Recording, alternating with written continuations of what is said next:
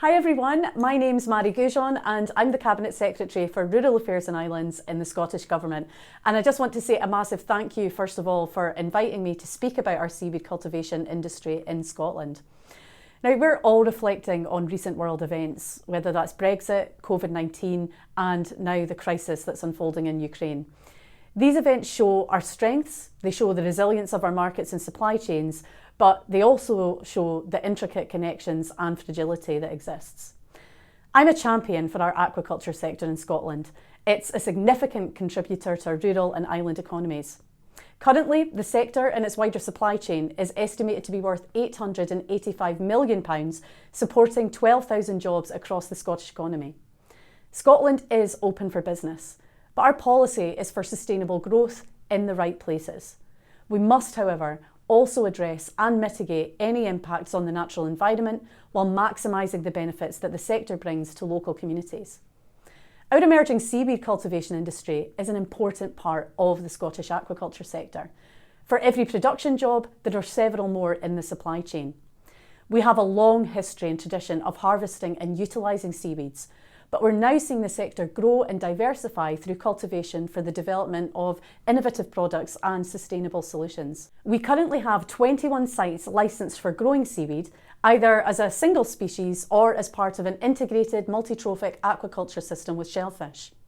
The main crops grown are kelps, which are well suited to our cool northern waters. Scotland's seaweed cultivation industry is still in its early stages, but we believe that it has great potential for development.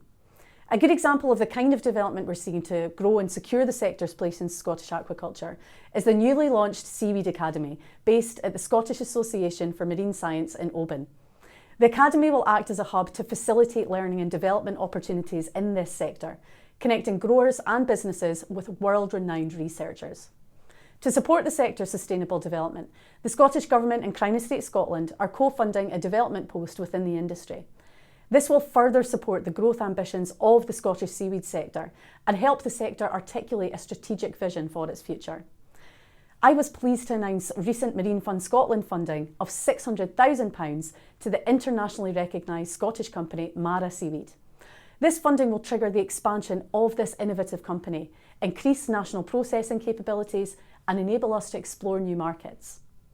To support growth and governance of the industry, we've committed to developing the policy and regulatory framework for the finfish, shellfish and seaweed sectors in Scotland. In 2017, the Scottish Government published its seaweed cultivation policy statement to give clarity to those with seaweed interests such as cultivators, planners and regulators, and to show our support for seaweed aquaculture. This directly informs consenting decisions and it's used by developers in advance of submitting applications to grow seaweed. Since then, we've committed to taking forward action on aquaculture regulatory reform, which will include the seaweed sector. Last week in Aviemore, I was delighted to address Aquaculture UK, the UK's largest dedicated aquaculture event. I announced the next steps for taking forward the recommendations of an independent review of the aquaculture regulatory landscape.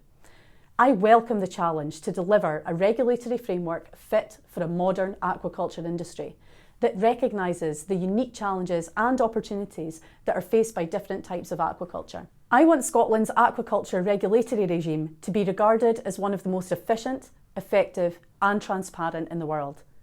Later this year, the Scottish Government will set out its vision for the sustainable future of the aquaculture sector. The vision will provide clarity for our long-term ambitions for the seaweed farming sector, with sustainability at its core.